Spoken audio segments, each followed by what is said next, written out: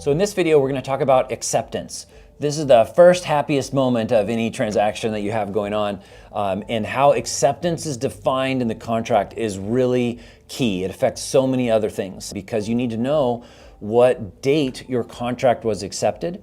And so we're going to start this conversation just by looking at how it's defined in the RPA. There's two lines in the RPA, the Residential Purchase Agreement, that define acceptance that you really need to know, because everywhere else where the word acceptance is used in an offer, in a counteroffer, and so on, is referring to this paragraph for the definition of acceptance. Acceptance means the time the offer or final counteroffer is fully executed in writing by the recipient party and is delivered to the offering party or that party's authorized agent. It's fully executed, meaning all of the signers have signed, and there's not a signer, say a husband and wife, and just the husband signed but the wife didn't sign.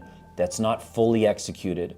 Another way it's not fully executed is if you have initials on 15 pages but not on the 16th page. So if there's an initial or signature missing, then it is also not fully executed. And so meaning you wouldn't have acceptance. Another thing that is often missed with fully executed is there a checkbox referencing an addendum that's a part of your offer, but then you just forgot to send that addendum to the other side.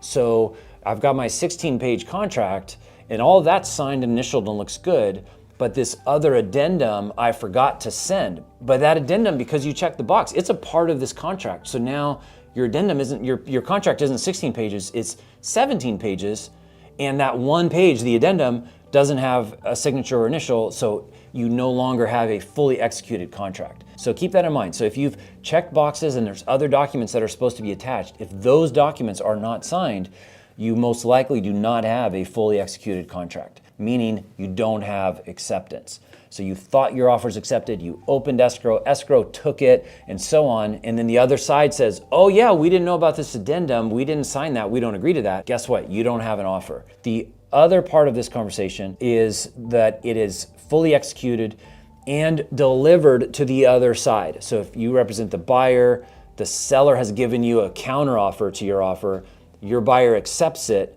Them accepting it with you at the table doesn't necessarily mean you have acceptance. You gotta hurry up and get that to the other side. You wanna finish it, close the loop, really just finalize it by getting that delivery over to the other side. The contract in recent years changed how they define delivery. So now by default, just emailing it to the other side. The act of emailing it is the same as the act of them receiving it. You don't actually have to ask them to confirm receipt. However, it is a really good practice once you've sent it.